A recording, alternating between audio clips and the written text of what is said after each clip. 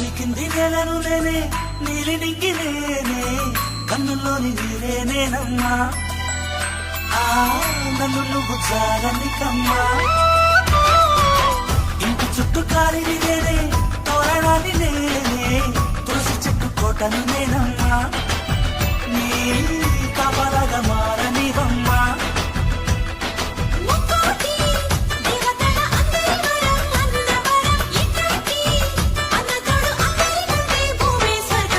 చెల్లిపోని బంధం